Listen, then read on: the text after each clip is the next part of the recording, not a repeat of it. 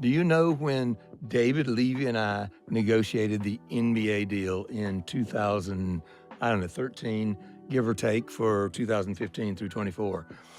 Once again, this is John Skipper right here, president of ESPN, and he's been at the network since 97? You know how many bidders for the WNBA there were? Hold on, let me count. Let me see if I have any fingers and toes. I'm going to go with 0. No, there was 1. You? Yeah. Okay, so. No, I would have paid the money and more if I had to bid for it separately. So I do not believe, I think the nesting egg thing has been good. Would you have taken it if you didn't get the NBA? Yeah. Sure I would. We were in the business of having a lot of sports and a lot of hours. We had the women's college basketball tournament when we did not have the men's college basketball tournament. So yeah, we would have taken it and we would have paid at least as much as we paid within the NBA. And while the NBA, NBC has it within their NBA deal, there are other deals made that are outside and only Smaller. have a women's component. Now, I don't believe John Skipper right here. First of all, the NBA would never ever detach the WNBA and sell it alone as a single product. Because if it was sold separately, the price point would be out there clear as day. And if networks did not renew, you could only imagine, optic-wise, what would happen to the evaluation of the league. I do know that several people have suggested that Adam and I suppressed the price. It's wrong. Well, They would have, in the free market, they had no bidders. That is how much the league has grown and gotten there. I do think that the NBA establishment, because remember, the league owns a piece of all the teams, so there, oddly enough, could be considered to have a bit of a conflict, even if it means that they don't solve all of their making money problems. They should solve their equality problem by saying, you're going to make the same over a certain amount of years, you're going to get the same disbursement of revenues the men get. That's how we can be equal. By percentage. But how do you say what the revenues are? In the NBA, it's far easier. It may be far easier. Hold on, but we should explain this, though. I have a business solution. Get a math genius. Need a math genius to help the WNBA. I just think that the reason why you're in for a labor stoppage is the expectations of the players, not unlike in baseball. It's just unrealistic in terms of what they're hoping for. It is the expectations of the players with the short-sightedness of the establishment, which is going to try now to make all the owners solvent, get them making money. The money owners... The horror. Forget the horror. People are paying lots of money for the valuations, and that's how the WNBA owners are eventually going to make money. So they're sitting there complaining about, I lost $11 million last year. Boo-hoo. There's not any poor guys who own teams, first of all, and they are already getting $400, $500, $600 million valuations, so they can lose $11 million a year, the way Mark Cuban did for a long time, and still be in a revenue-producing business, and that is buying your team, holding it, and selling it for a huge multiple. And now you sit here and say, losing $11 million a year, big whoop, your asset went up by more. Yeah, I don't have any concern for the billionaires who own teams and are losing pocket change on a WNBA team. You deserve what you can negotiate, right? And that's all you get. I'm simply saying that the owners and the league should have the foresight to understand that they're all got a payback coming. When this works, these teams will be worth $1 billion. And the young girls that are in elementary school right now, that's going to be the generation that will benefit. It's not going to be the players of today, the Angel Reeses. They're not going to benefit right now from the league growing. The same thing happened for the NBA players. The guys from the 60s and 70s and even the 80s, especially guys like Magic Johnson, the way the league was growing when he played, especially with the little racial dynamics, it's crazy how it's kind of a parallel with Angel Reese and Caitlin Clark. But Magic Johnson, Larry Bird, they didn't really reap the benefits of their era. It was the guys after, like Kevin Garnett, when he came into the league on that rookie deal. I believe by the end of it, he was getting $36 million a year. Meanwhile, guys like Magic Johnson were signing 10-year deals for $1 million or $2 million a year. So it's always been like this in a way. You look at certain families, you have grandparents or previous elders that made sacrifices that a lot of the family members today benefit from. The onus is really going to be on the league to set up a proper medical as well as retirement plan for players that actually built up the league. When we see players like SGA and Luka cashing in $80 million checks a year, there's a small percentage of that check that goes into a pool to help cover guys that are retired, the medical benefits, and their player pension. Now, they also spoke about the Unrivaled League adding pressure for the WNBA to increase salaries. And for those of you that are not in the know, Unrivaled is a 3-on-3 professional women's league that has around 36 players on payroll, and they all have an equity stake. And again, the media is playing these optic games because it sounds good on paper. Oh, they have equity stakes. They're paying the highest salaries for a women's league ever. But if they have a true equity stake, wouldn't they also participate in the losses? Why does the WNBA want Unrivaled to go away? And if you spoke to Adam, forget the fact that they're friends, forget the fact that John's involved. Why do you want your competition to go away? Because competition, when it's good, can have a negative impact on your ability to do business in the way you've been doing it and to have the margins that you've been having. Keep in mind, the NBA has made sure the WNBA's financials have remained private. We don't know the exact numbers, but they do have a good idea of how big the market is for a women's league. If the market is not large enough and the ladies quickly run to another product like Unrivaled that dilutes the league, they won't see the benefits after this TV deal is done. It's unfortunate, but it's looking like a lot of short-sighted moves to get a current day payout could equate to future girls coming into the league still struggling to get a decent salary for a professional basketball player. The league is definitely in a delicate balancing act when it comes to this. Why does the WNBA want Unrivaled to go away? And if you spoke to Adam, forget the fact that they're friends, forget the fact that John's involved. Why do you want your competition to go away? Because competition, when it's good, can have a negative impact on your ability to do business in the way you've been doing it and to have the margins that you've been having. If Unrivaled, or when Unrivaled, becomes a true competitor to the WNBA, true, there's a different cost structure, true, they're not unionized, there's A to Z differences. However, if you're the WNBA or really the NBA, you don't really want Unrivaled around because it has a deleterious impact on your business and on the way your business is perceived. Yeah, I would argue that's wrong. It actually has increased the visibility. Look what it's done for Nafisa. It's increased the visibility of the players. It's made more people women's basketball fans. We don't play during the same season. We're not competitors to them. These two leagues can coexist forever, and it's fine. I don't see any problem with that. The problem here is a lack of vision on both sides to say, let's actually use this moment of momentum to build something, and let's build it together. You're not going to get your magic overnight 10x salary, but you're not going to get to abrogate your responsibility to pay these amazing athletes by pretending that you bought the team to live on. And if you look at the math, they should all be building team valuations because that's where everybody gets paid. You think anybody who owns an NFL team, there's a few owners who still are sort of hanging around, but for most of them, it's a trophy that they bought after making a lot of money doing something else.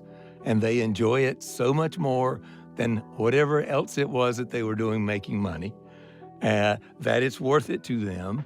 Nobody does. I go to all these conferences where they try to do valuations for sports teams and based upon X times earnings, and it's just bullshit.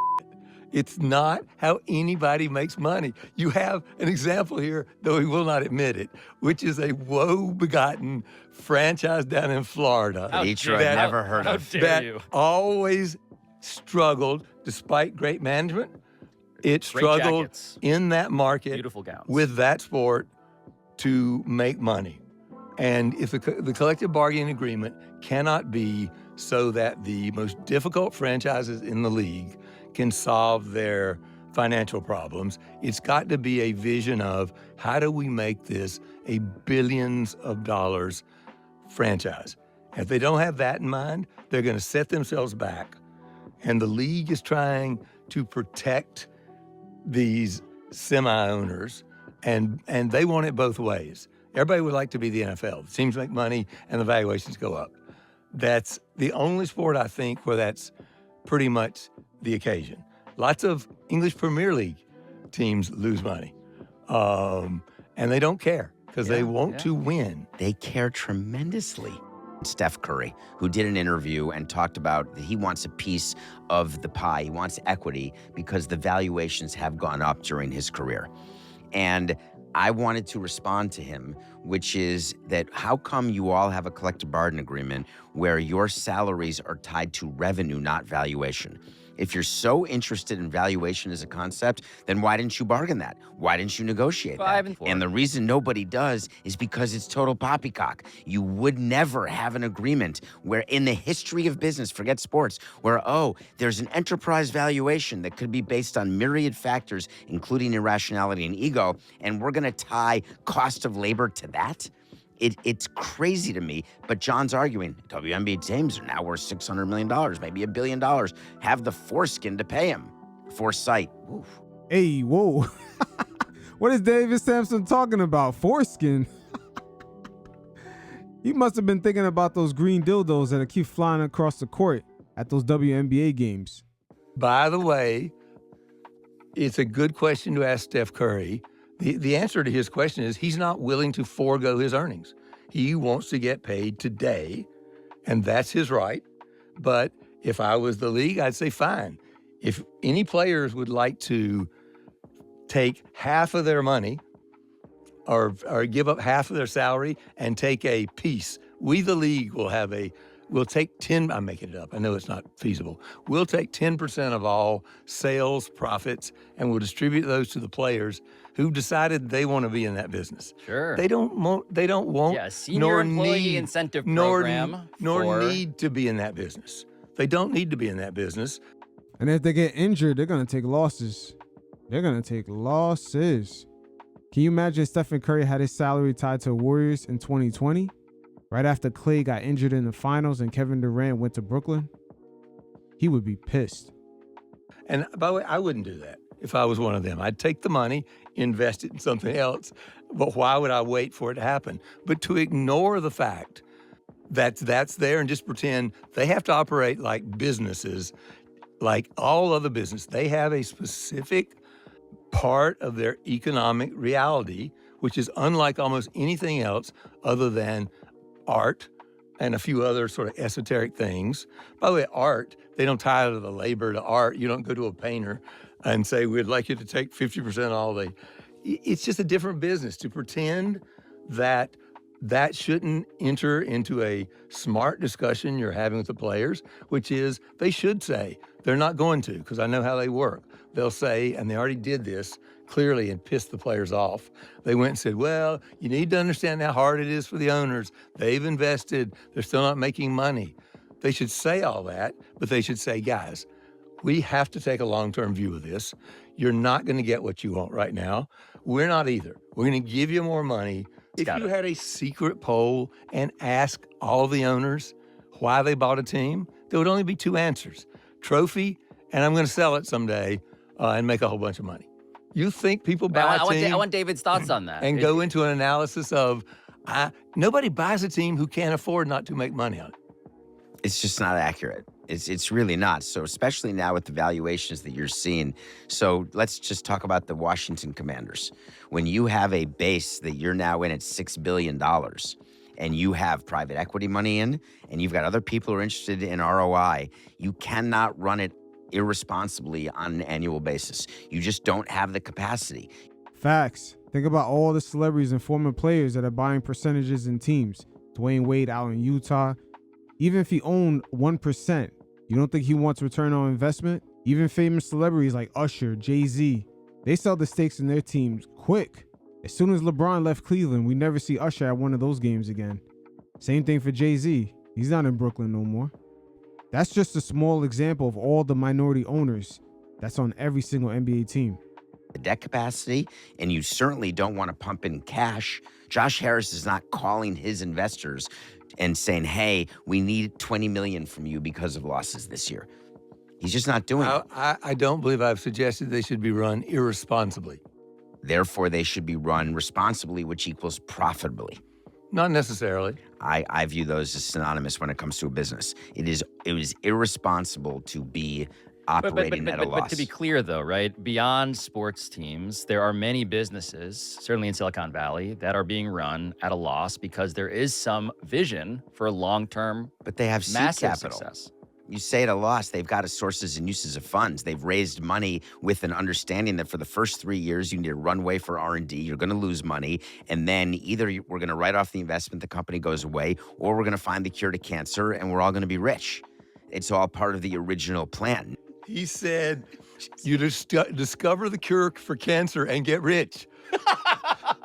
So that is a capitalist who thinks that the motive for curing cancer is to get rich. Man. Wait, what's the other reason again? I can't remember. Save lives. Once again, John Skipper, former president of ESPN, if he had the cure for cancer, best believe he'll be expecting that check in the mail. I forgot about that one. Thank you.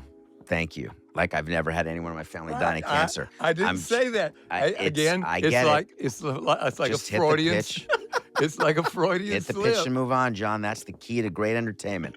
Just hit it and then move on instead of talking about hitting it.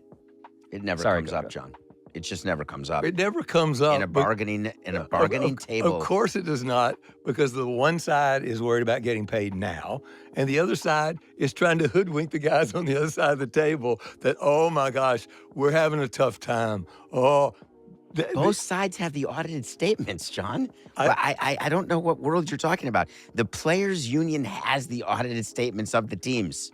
It's right there. I'm suggesting that the core economics of a sports team are no longer about annual earnings in a report. They are about the valuation of teams.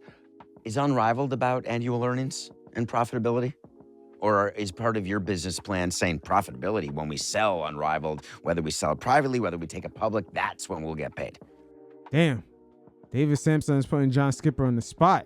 He's like, man, stop your bullshit. We cash checks at the same bank. Like lots of startups, we are not investing money to take profits out of the profits. We are taking money, we are putting investments in. That's what I'm saying. In the hope of a financial transaction that we'll benefit from. So you have no path to annual profitability. We broke even this year and we'll make money next year, but nobody would have put the money in to take a division of the dividends, and we are planning for a financial transaction. I understand the word salad, and I think it's great. I'm asking a separate question. Are you telling me that you would have been able to raise money for Unrivaled with pro forma financial statements that showed annual operating losses? Yes. And for an extended period of time? We have actually done better than that. For an extended period of time? It wasn't part of the initial raise? We had a short business plan, not a long business plan. People bought into the vision. But it was a short-term plan. You just said it. The NBA has been investing in the WNBA for over 30 years. Their most successful team, the Houston Comets, don't even exist anymore. That's equivalent of the NBA having the Chicago Bulls history with Michael Jordan with all the three-peats, and that franchise filing for bankruptcy like 3 to 4 years later. That's how unsteady the WNBA has been. The Houston Comets, I believe they won 4 championships in a row. Even to this day, they've had the most successful stretch in WNBA history. People bought into the vision. It's an amazing thing what he's not saying, which is that when you raise money, you have a cap table. And you have a certain amount of money that you bring in, and then that money, there's sources and uses. The sources of the money is investors. The uses of the money is we're going to use it to fund operations. We're going to use it for a capital investment by renting or building a stadium space or a studio. We're going to have this much in equity we're giving away. It's all got to be part of a financial plan. And attracting players. So yes. You believe Bob Iger and Willow Bay bought a women's soccer team at a valuation of $1 billion based on a ROI of running that club and passing that along to their I There actually is. believe Willow Bay responded to that and said that they bought it because it was in short commuting distance from her house. That doesn't sound like a hard financial calculation. It's my point. And I don't even know. Is that a joke? I don't even know. And there, I believe you are dealing with enlightened owners who understand they're one, doing good, two, they can afford it, and three, they're going to sell it for profit someday. Okay. And that's all they care about. How much you sell Marlins for? They were sold at an enterprise valuation of $1.2 billion. Nice. Based upon revenues, past revenues, Certainly not. based on nothing to do with the brilliant job you did running the team. Yeah, no, it did have something to do. You won on the World Series. No, improved the that had nothing to do with it. No, it had to do with. It had to do with supply and demand. Yes, exactly. Which is why I wouldn't pay a banker to sell the team, because anybody could have done what I did.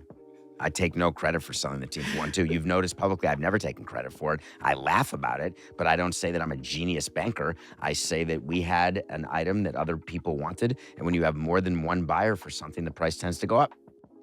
And those very wants and needs by the super ultra wealthy, it's really skewing the perception of what the WNBA is pulling in. And again, there's multiple fronts that are happening at the same time, with the Unrivaled League coming in temporarily, looking like it could be a fix, but at the same time, long term, they kind of dilute the product.